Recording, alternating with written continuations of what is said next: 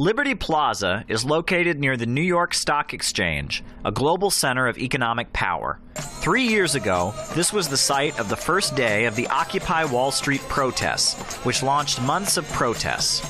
Hundreds were arrested in gatherings and occupations throughout the country, hoping to call attention to income inequality and other injustices.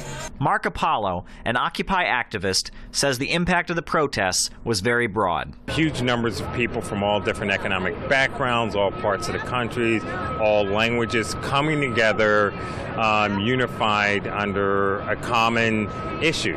The fact that Wall Street is controlling through money both the environmental destruction of the earth, the housing crisis, the educational issues that's going on, military-industrial complex. 3 years later, the economic conditions that spawned Occupy Wall Street are still very much present. Many youth throughout the U.S. remain unemployed, and there is widespread discontent about economic conditions. Diane Peel, who traveled from Vermont to join the commemorations, says Occupy Wall Street inspired many people to get involved in the political process all throughout the United States. We have a small group in northern Vermont, and we've been working for 3 years in our community. And I think, everybody says change the conversation, but it did. And I think that I think that it's changing our community. I find that even though it's been a slow slog, and we keep just saying this stuff over and over again,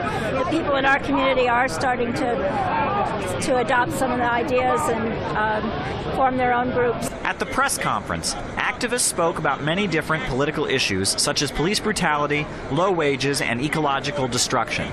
In October, a gathering of corporate executives called the World Business Forum is taking place in New York City. Occupy activists are calling for people from around the country to come to New York and protest the event. Caleb Maupin, Press TV, New York.